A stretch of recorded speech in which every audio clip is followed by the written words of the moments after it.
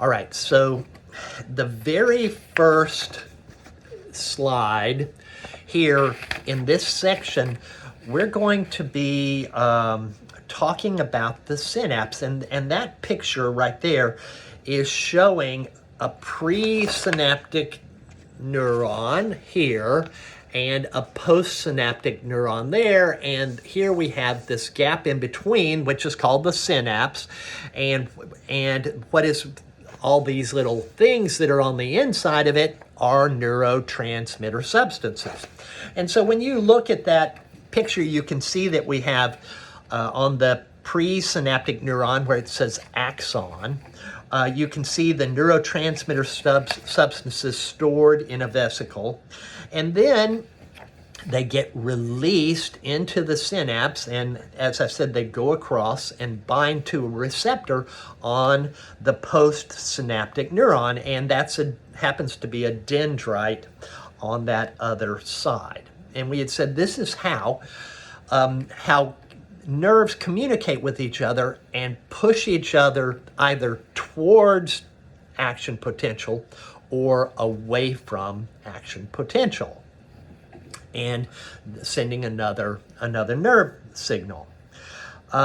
So we have the presynaptic neuron can synapse with a lot of different parts of the postsynaptic neuron. So remember, we had said the dendrites, the the processes at the beginning of the neuron, we had said what is their role? Their role is to receive information, and that's why we have that picture showing a presynaptic neuron synapsing with a dendrite. But it ends up, and these would be called an axodendritic synapse, and so that's an axon to a dendrite. But you also have synapses with the soma. What is that? The cell body, right? So we have axosomatic synapses, and then you have far fewer of them, but there are occasionally you have axon with axon synapses on the postsynaptic neuron. Okay, so motor neurons. It's a remarkable statistic I'm going to throw at you here. Motor neurons communicate with about 10,000. You heard me, 10,000 presynaptic neurons. So when we talk about those local, remember I said you have excitatory presynaptic partners and inhibitory presynaptic partners. You have thousands of them. And so we're going to be talking about something here in a minute. We'll talk about something called summation. It's the total effect of all of these presynaptic partners. But anyway, of those 10,000, about 8,000 are on the dendrites, and another couple of thousand are on the soma, and very few are on the axon, of course. All right, so some details. We have an actual electron micrograph of a synaptic knob, and then a little teeny tiny space that's the synapse, 20 to 40 nanometers. That's really, really small. All right, so how do we know? How do we know about neurotransmitter substances being responsible for this? Well, it ends up there was a really early frog study where they would take a frog leg and they said, "Hey Joe, look at this. If I stick electricity, I have this frog leg sitting here in saline, it's how you have it in like a liquid so it won't dry out, right?" And they started zapping it with electricity, and the leg was kicking. And they said, "Wow, look at that." And they kept playing with it. It was so much fun. It kept kicking, and then eventually it stopped kicking. And they said, "Well, darn it, because they used up all of the energy that was present. It's dead. It's a leg. So they said, get that other leg and let's stick it in here and let's keep doing it. And they stuck the leg in. And what did it do?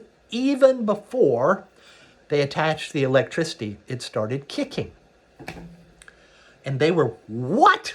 What is going on? And they realized there were chemicals being released from all that kicking, from all of that stimulation. These neurotransmitter substances had been released to the point that they were in the saline. And so when they stuck the next leg in there, it started kicking. And they said, there must be chemicals involved. So they figured out that that there are chemicals, these neurotransmitter substances, that are the way that neurons are going to be communicating with each other. And so again, I mentioned these before, but I want to mention them again. So at the very beginning, you say, oh no, not again.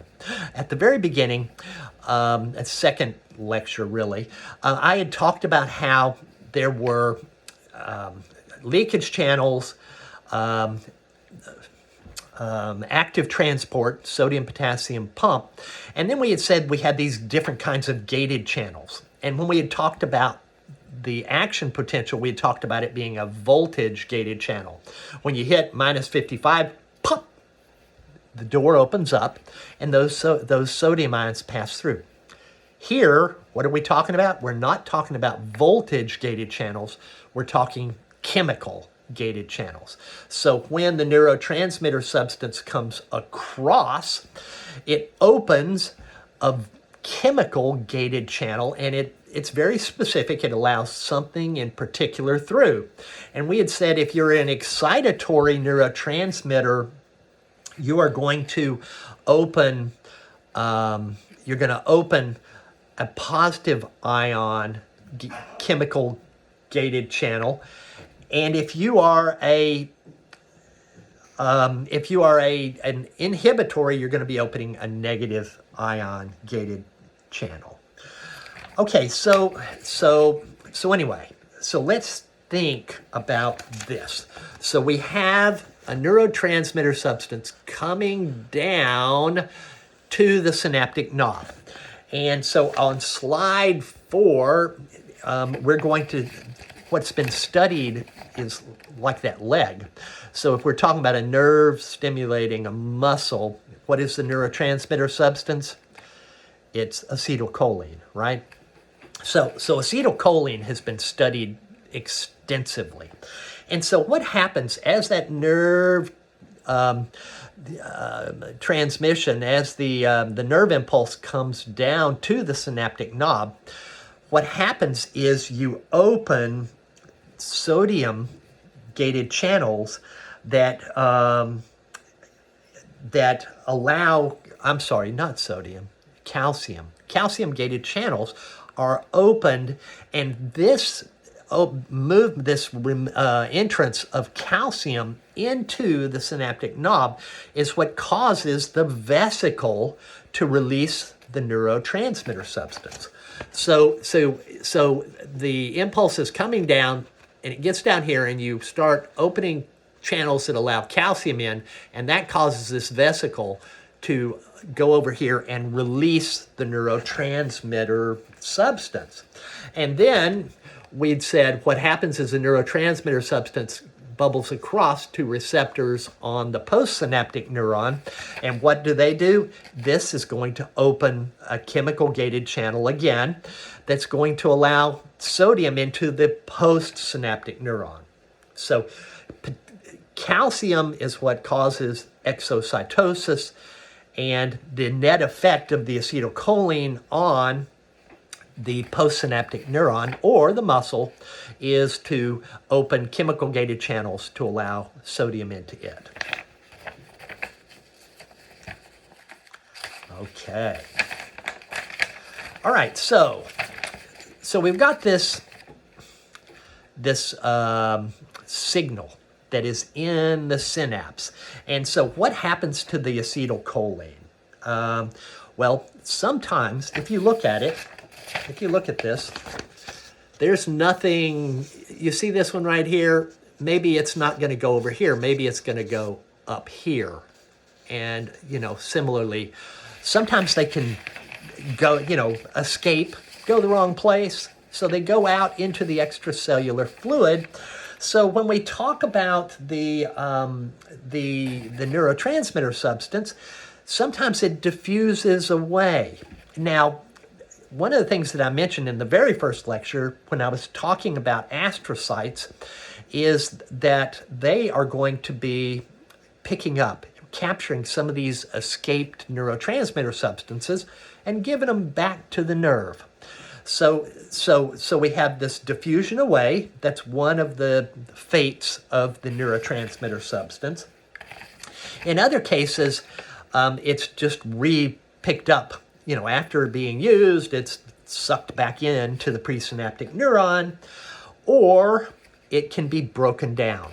And remember when we were talking about acetylcholine, we had said we have acetylcholine ester, ACE. It's a mouthful, but that is the enzyme that breaks down acetylcholine and, of course, stops the process. So we have 3 different potential fates of the neurotransmitter substance. It can diffuse away, it can be picked back up by the presynaptic neuron, or it can be degraded. So a single word for each of those: diffusion, reuptake, degradation. All right, I'm going to come back and we're going to talk about how all of this, how it's all pulled together. And this is where it gets a little funky. Okay, I'll be right back.